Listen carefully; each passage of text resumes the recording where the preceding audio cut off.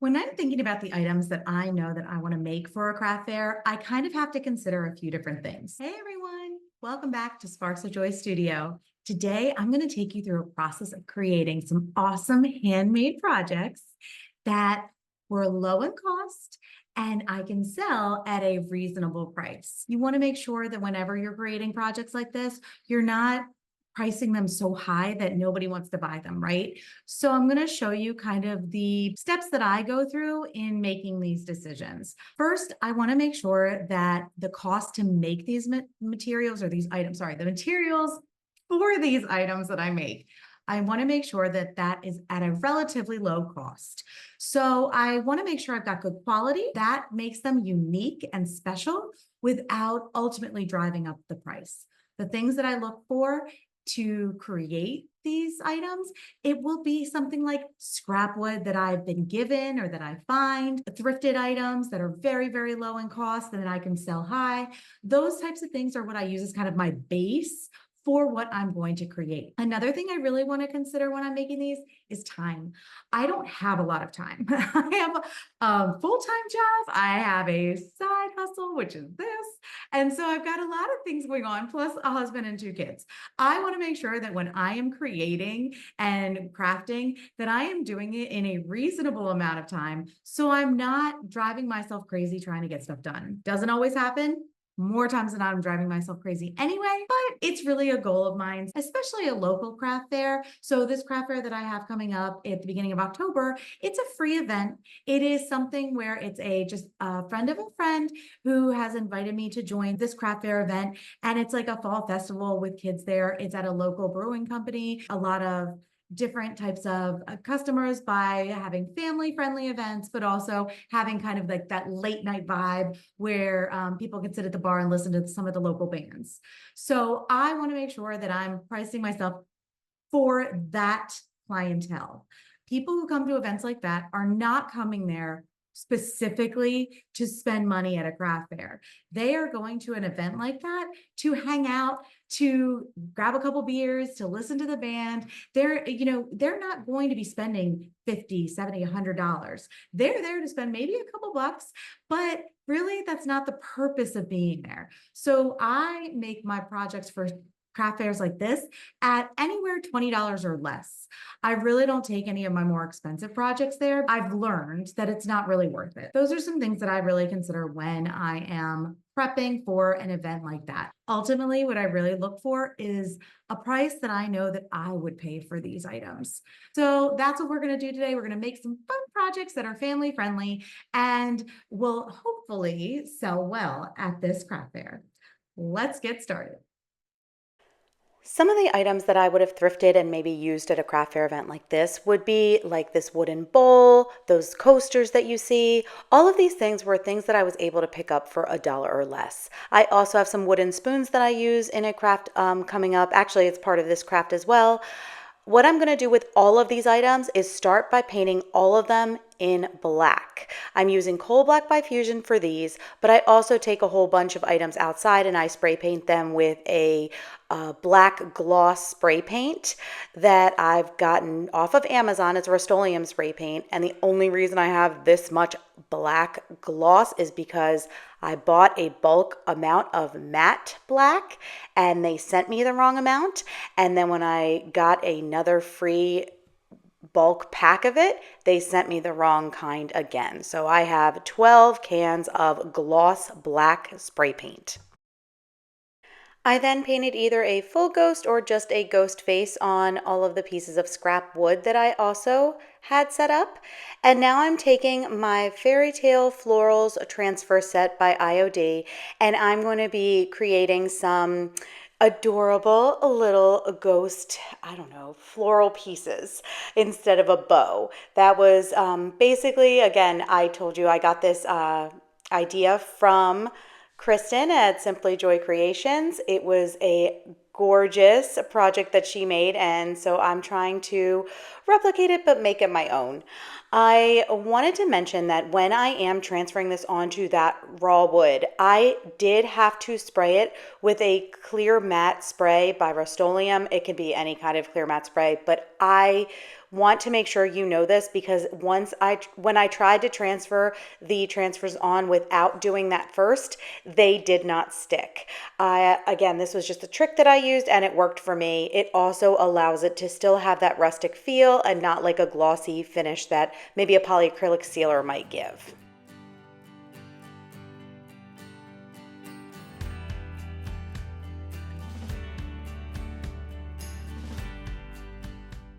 I also had a bunch of wooden spoons that I had painted in white, and I decided to have the two eyes of the ghost similar to what Kristen had done on her DIYs, but I wanted instead of having it be like what I did last year was I had a snowman face so you could stick it in with the rest of your spoons. I actually turned this one upside down and thought it could be more of something that you could hang.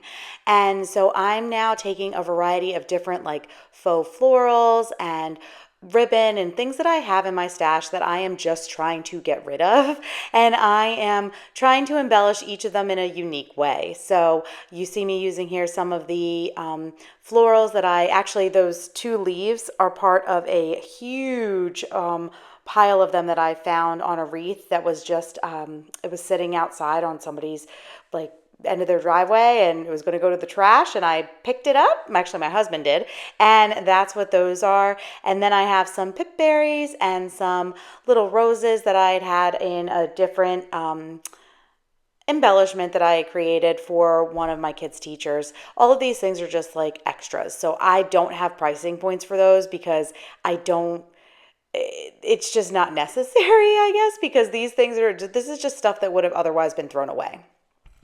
I'm going to do the rest of them, and I'm not going to put you through watching all of that, but you'll get to see my finished project.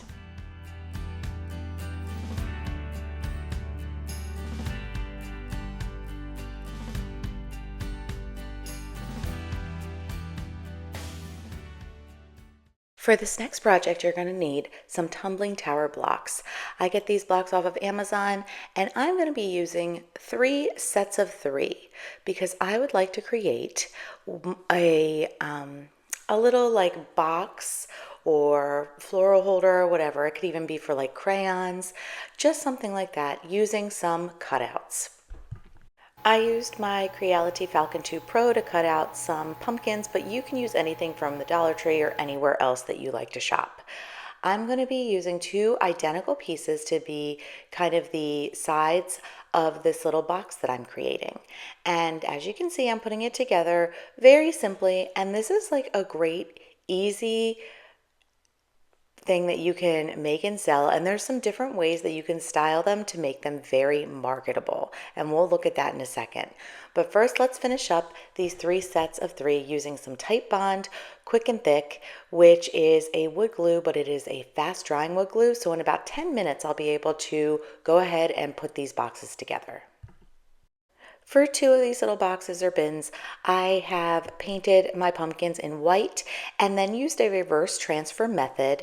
And now what you see me doing is rubbing off the printer paper, which I used to transfer on the little saying that I wanted on the pumpkin. I use DecoArt Decoupage Matte medium for this project, and it works. I wanted to make sure that I wasn't lying to everybody in a short I did a few months back.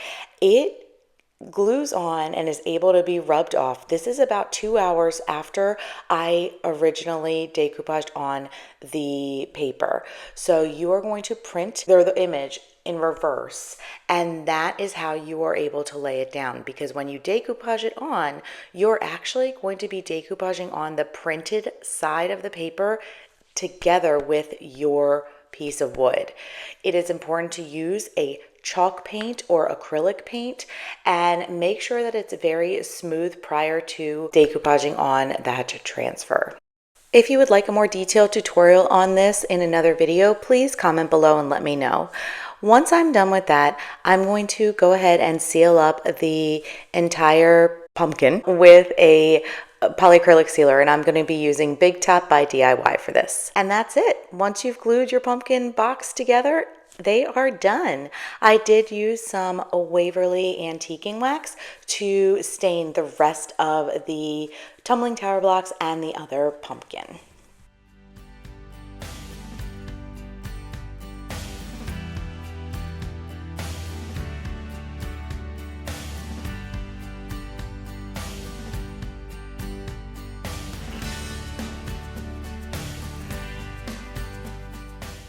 This next project could not be any easier.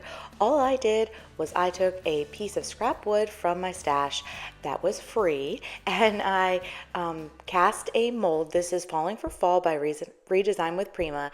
And I cast the mold. When it dried, I glued it on using some Type Bond Quick and Thick. And now I'm painting the entire piece from back and sides, all in antique gold by Fusion.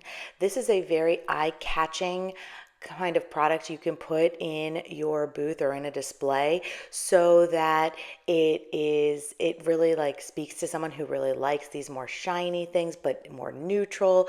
It can be set like right in the middle of regular home decor to then add that pop of fall without it being so obviously like orange, right? So this is a wonderful one. We're going to take a look at the end or the next part of this video on how much all of these things cost. I will say the resin does drive up that price a little bit, but I am using free wood, so it balances out.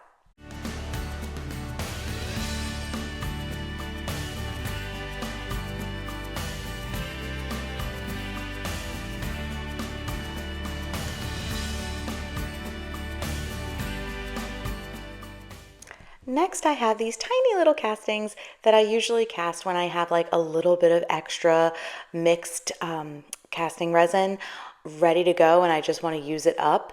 And I ended up starting by painting these in, what was it?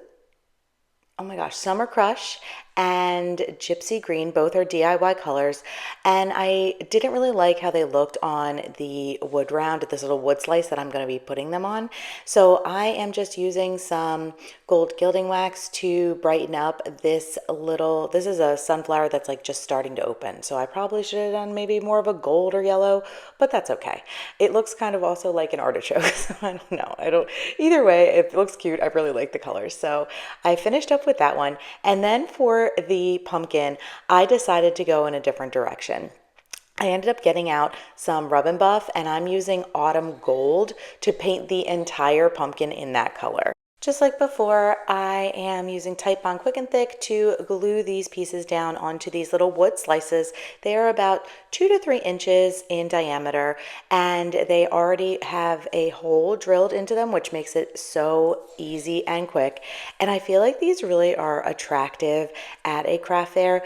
They have a gorgeous kind of rustic feel to them, and that contrasted with the more shiny look of that metallic paint and the Rub and Buff, I feel like really lends itself to, I don't know, a more unique kind of little tag.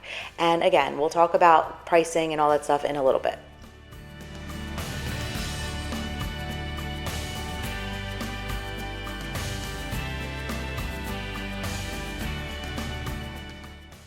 Next, I have these pieces of scrap wood. They are 2 by 6 inches and they have mistakes on them. So you can see I tried to use my laser cutter. It did not work out with a project that I was trying when I first got the laser cutter. So I'm going to paint both of these in Coal Black by Fusion. And then where that half circle is, I'm actually going to try to turn it into a moon. So I'm going to paint it in Plaster by Fusion. And somehow I missed getting the whole rest of this project on camera, but I ended up using these cutouts of a 3 and then a broom to make the 1 for 31. And I painted the 3 in Tuscan Orange by Fusion and the base of the broom in Mustard by Fusion, and then the top in just brown. It was either a brown stain or Woodwick maybe. The best part about this is with this project, you'll see that one of the 2 brooms, it actually broke when it came out of my laser cutter. So I just used some floral wire that I had in my stash. It was actually cut off of a stem or of a floral stem that I had or a pick. And I just used that to make the other broom so that I could still keep the piece. For our last project, for today's video, I have these 2 pumpkins that I cut out using my laser cutter. As you can see, one side has the face cut out and the other side doesn't. This is how this SVG file came, but I saved the cutout parts of that face because I'm going to use them on that pumpkin that is not set up like a jack-o'-lantern. I used a little bit thicker wood than the basswood that you saw me using in the other projects. This actually was a piece of wood that I got from a thrifted item. So it was like a thrifted kid's chair that I took apart and was able to use that scrap wood in my laser cutter to cut this out. I'm painting both of these pumpkins in Summer Crush by DIY. The stems of each of the pumpkins are painted with Gypsy Green by DIY, and now I'm taking a very dry chippy brush with some crinoline on it, and I'm just very, very lightly giving it a distressed look using that crinoline. I have this very long piece of scrap wood that, again, I got for free. I think it might have been left on the side of the road. It is 31 or 32 inches in length, and I absolutely love that the one side of this board is kind of like on an angle. It's not like a perfect cut. It also, here I am trying to show you the number that you absolutely cannot see because I'm still learning how to use this extra video camera that I have.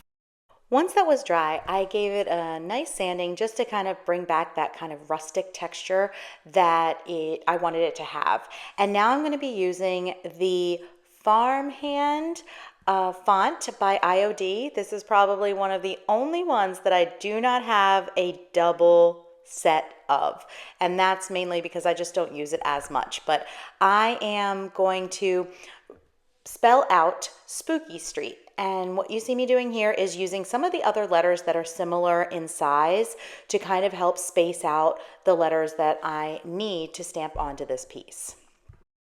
I'm using White Swan by DIY, and what I'm going to do is paint it on to a paint sponge. I forget what these things are called. Anyway, it's a little sponge, and then I'm going to use the sponge to stamp the paint onto the stamps, which gives me a little bit more, it's just a little bit more vibrant of a white than what I get with the IOD white ink. I do like the IOD white ink, it definitely works, but this just gives it a little bit more of a brighter look. So I prefer to use this method. It also allows me the flexibility of when I'm using or when I'm putting together signs for, let's say, Christmas, or if I wanted Halloween like orange, I just have more access to a variety of colors without having to buy an ink for each of those colors. Now I'm going to be using some thicker twine, wrapping it around each of the sides of this board on either side, and this is going to act as a hanger for my sign. I also am going to glue down the two pumpkin faces on either side of the Spooky Street lettering. And here is a look at what I've come up with. I noticed right away as I took this first picture that the face of the pumpkin it wasn't vibrant enough. So I ended up painting that part of the face black, or those face pieces in black, and then it was done for real.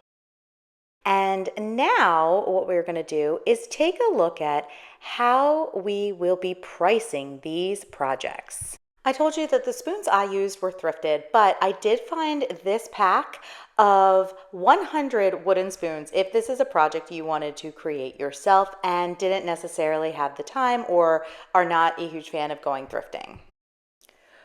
Using the price point that I got off of that clip you just saw, which was off of Amazon, this project would be a total cost of 59 cents per spoon if you consider each of the wooden spoons and then any of those little embellishments. I kind of just did an estimate of how much I think it would cost. So 59 would be 59. And if I sell those spoons at $4 a piece, that would be a profit of $3.41 per spoon. This is a great example why I don't really worry about the cost of paint or the things that I would always have available to me in my craft room. I also want to mention that this is another type of item where I probably would do $4 a piece or a set of 3 for $10, because when you have those quick dollar bill type of price points, a lot of people end up thinking, oh yeah, I can get a discount here, and they end up buying more, which means they spend more, which means you make more money. For the next set of items, I am going to be using, this is my example of basswood sheets that I picked up off of Amazon. The price points will all be based off of this, but there's a variety of different options that you have if you look on Amazon, and I'm sure there's other places too. Amazon's just easiest for me. Next up, we have these mini pumpkin containers, boxes, whatever you want to call them. For the wood cutouts, it was 62 cents because I can print up to 4 on each sheet, and I needed 2 of them to make the box. I also had 9 tower blocks. Each of those blocks is 9 cents a piece. So I'm sorry, 5 cents a piece, and there were 9 of them in the project. So that is a total cost of $1.07. And if we sell them at $5 a piece, we have a profit of $3.93 a box bin, a container. If you have a bunch of florals in your stash, add some florals and you can up that price probably closer to like $8 or $10. It really depends on your clientele and what you think will sell and also what you have available to you. Don't go buying more, at least not for a craft fair like this. Next up, we have those little wood slice tags. The wood slices, also on Amazon. I do try to buy these in bulk, especially around the holidays.